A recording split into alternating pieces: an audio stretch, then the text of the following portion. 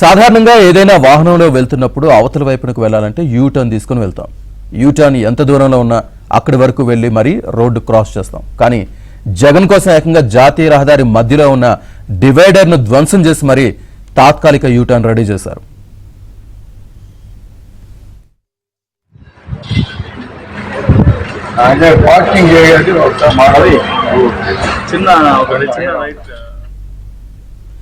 నెల్లూరు జిల్లా కావలి సమీపంలోని సర్వాయపాలెంలోని మహేంద్ర లేఅవుట్లో సిద్ధం సభకు ఏర్పాట్లు చేశారు. అయితే జగన్ కాన్వాయ్ వాహనాల కోసం ఏకంగా కల్కత్తా చెన్నై జాతీయ రహదారిపై డివైడర్ని 30 అడుగుల మేర వైసీపీ శ్రేణులు విధ్వంసం చేశారు.